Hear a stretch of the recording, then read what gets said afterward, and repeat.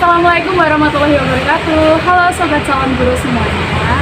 Hari ini pertama kali bertemu dengan aku, Pertian Sagita Rizky, dengan NIM 251174430 dari Universitas Negeri Surabaya, Kampus 5 Magetan, Program Studi Pendidikan Guru Sekolah. Hari ini agenda kita adalah melakukan podcast, tentunya bersama gestar kita yang paling spesial. Boleh perkenalan, Bu? Ya, terima kasih. Halo, perkenalkan nama saya Risa. Saya guru kelas 5 dari SDN Magetan. Jadi Bu Risa ini adalah guru ya, suatu SD yang sudah berapa tahun Bu di sini? Alhamdulillah sampai sekarang sudah 6 tahun. Luar biasa banget. Oke, daripada berlama-lama kita langsung aja yuk mulai ke pembicaraan kita ya Bu. Siap. Apa arti pendidikan karakter menurut Ibu sebagai seorang guru SD? Pendidikan karakter, menurut saya pendidikan karakter adalah upaya untuk menanamkan nilai-nilai moral. Jadi tidak hanya berpusat pada pendidikan akademis saja, tapi pendidikan karakter ini berfokus untuk membentuk moral anak-anak supaya memiliki akhlak yang mulia dan juga mampu memberikan dampak positif terhadap lingkungan di sekitarnya nanti. Jadi kapan itu Bu, momen krusial karakter anak? Sebetulnya menurut saya pribadi dari lingkungan rumah sejak anak itu kecil mungkin penanaman nilai-nilai karakter basic seperti religius, seperti nilai-nilai tanggung jawab. Misalkan di rumah pun sejak anak itu belum masuk di bangku sekolah sudah harus dimulai diajarkan, istilahnya diberikan sebagai sebuah rutinitas, sebagai sebuah kebiasaan. Jadi memang karakter itu penting sekali, momen krusialnya memang saat anak itu sudah mengerti dengan lingkungan sekitarnya. Itu kita orang tua, guru di sekolah itu juga sudah mulai harus menanamkan.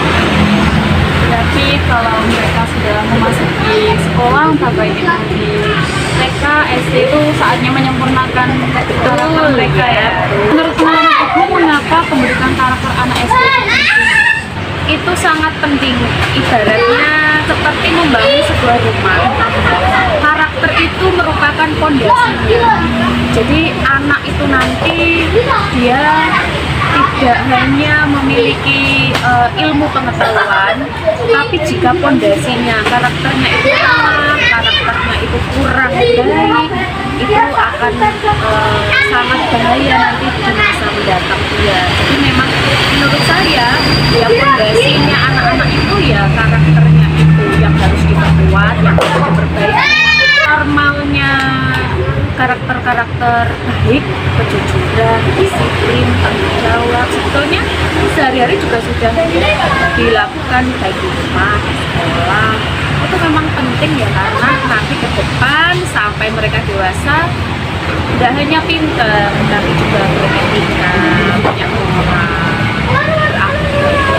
sama seperti kunci mereka untuk bertindak di lingkungan ya. Jadi sebelum melakukan sesuatu, sebelum bicara itu mereka bisa berpikir dulu apakah ini saya benar atau salah, atau apa yang saya ucapkan itu menyinggung orang lain.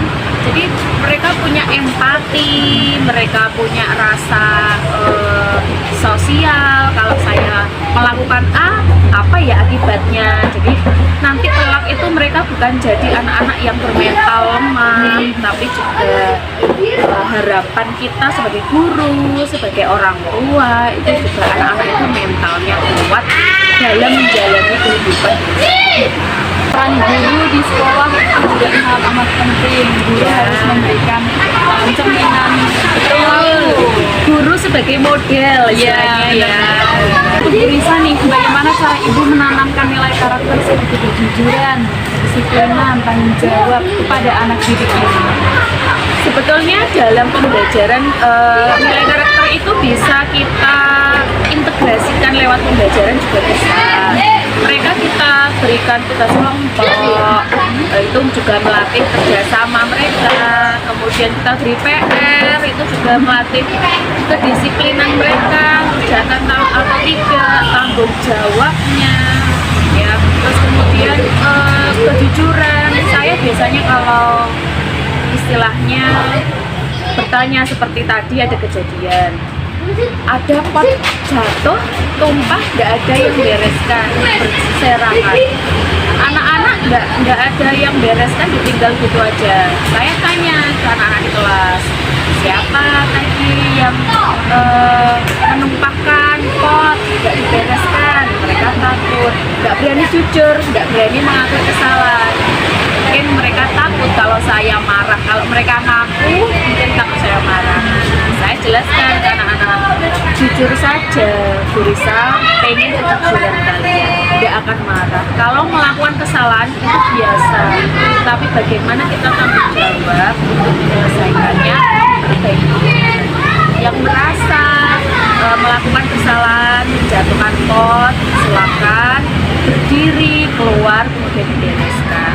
Saya juga tidak pakai marah, akhirnya anak-anak juga, ya Bu, saya bilang hal-hal kecil seperti itu mungkin bagi saya bisa membantu anak-anak untuk membiasakan mereka kalau sebuah kesalahan itu ya memang harus diakui, kita jujur, dan yang penting mau memperbaiki.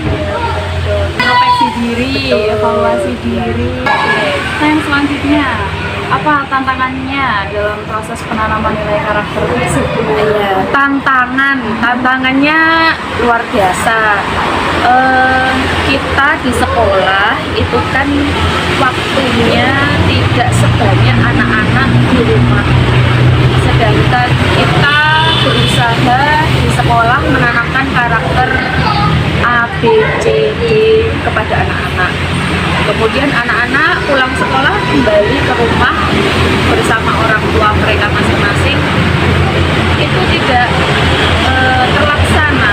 Misalkan di sekolah diminta untuk bertanggung jawab, disiplin dan lain-lain, mengerjakan tugasnya, kejujuran segala macam. Tapi kembali di rumah ternyata berbeda. Jadi itu juga menjadi sebuah tantangan bagi kita. Istilahnya kami punya waktu sekian jam, 7 jam misalkan, anak-anak di sekolah, waktu terlama tetap dengan orang tua. Makanya kita harus punya istilahnya kerjasama yang baik dari pihak sekolah dan orang tua di rumah untuk menjaga, mendidik, misalkan anak-anak ini supaya memiliki nilai matematika. Kadang anak takut nih berkata jujur, sebetulnya bukan hasilnya yang kita inginkan itu, tapi prosesnya bagaimana anak-anak itu menjadi. Mungkin ada anak yang egois, tidak mau jujur, kurang peduli terhadap temannya, terus kemudian rasa tanggung jawabnya juga kurang. Itu pasti ada, namanya usia anak-anak, itu pasti ada. Tapi kami yakin dengan pembiasaan rutinitas yang namanya perilaku seperti itu, membentuk karakter anak tuh tidak bisa instan.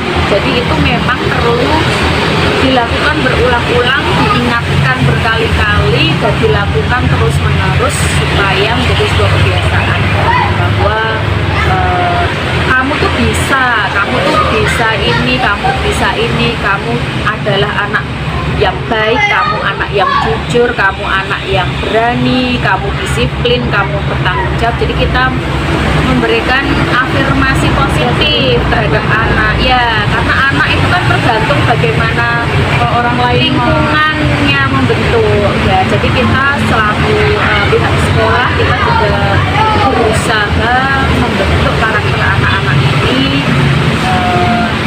supaya menjadi anak-anak yang memiliki berakhlak mulia itu tadi.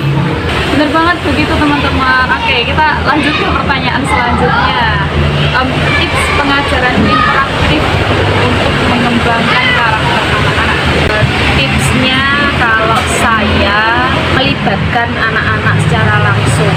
Jadi anak-anak saya ajak terlibat untuk kegiatan-kegiatan praktek, terus kegiatan di luar kelas, kemudian sebetulnya dalam kelas juga bisa kita ajak anak-anak untuk bakti sosial.